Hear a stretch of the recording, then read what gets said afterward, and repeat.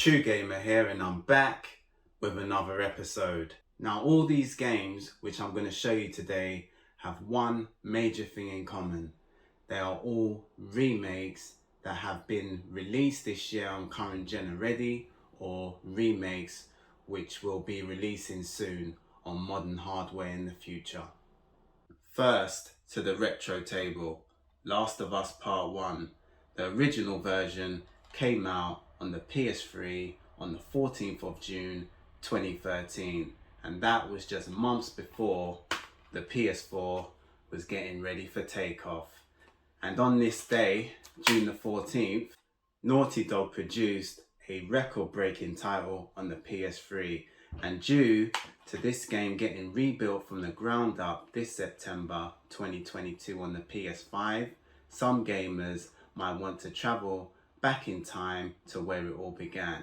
So before prices hit the roof, I'd advise you to grab yourself a traditional copy of Last of Us Part 1. And then we have PacMan World, and at the time of his release, it was the 20th anniversary of Pac-Man, and a remake of this has already been released this year, but it was originally released on the PS1 and Game Boy Advance in 1999, and Namco Home Tech was the masters behind this classic platformer. And it was a bit different to how the original Pac-Man was, because it was obviously a platformer this time.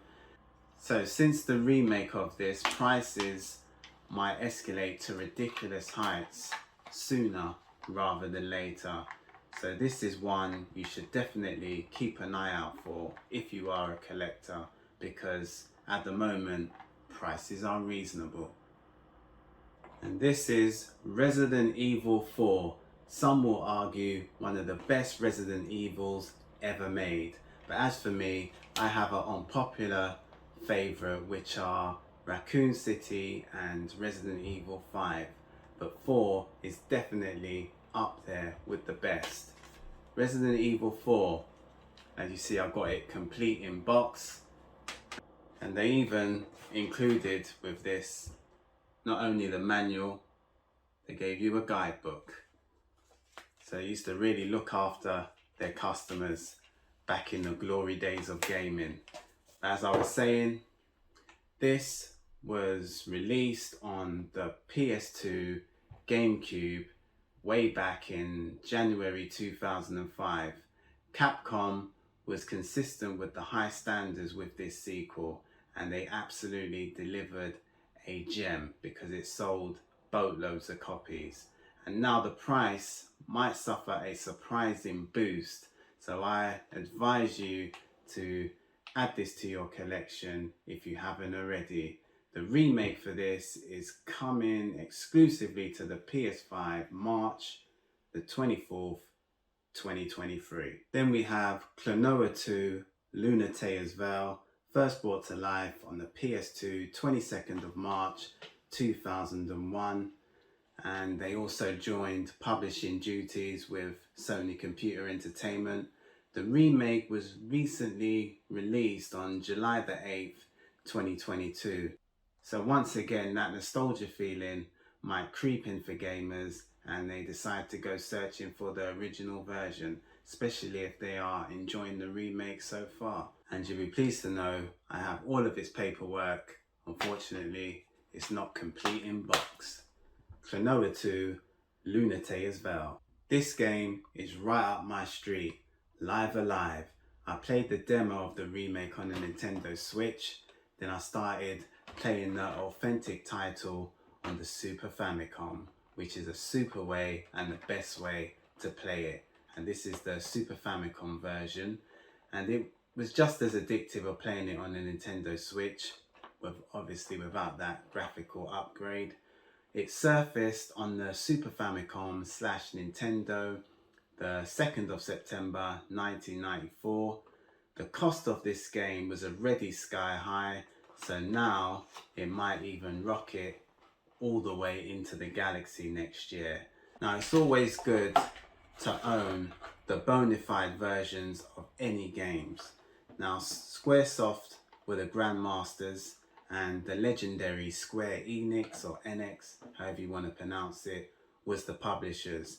But to be really truthful, the remake is the definitive way to play, and you can buy it now as we speak because it came out July 22nd, 2022.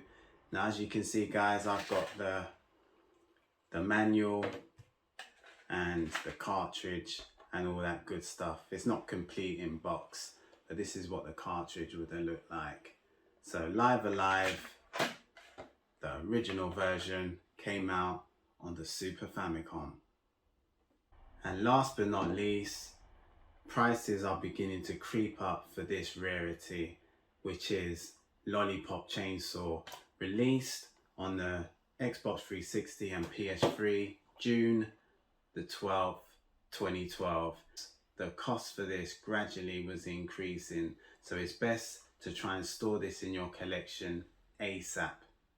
Because when the remake is released, I can imagine this will start going to horrifying levels and will soon to be very sought after in the future.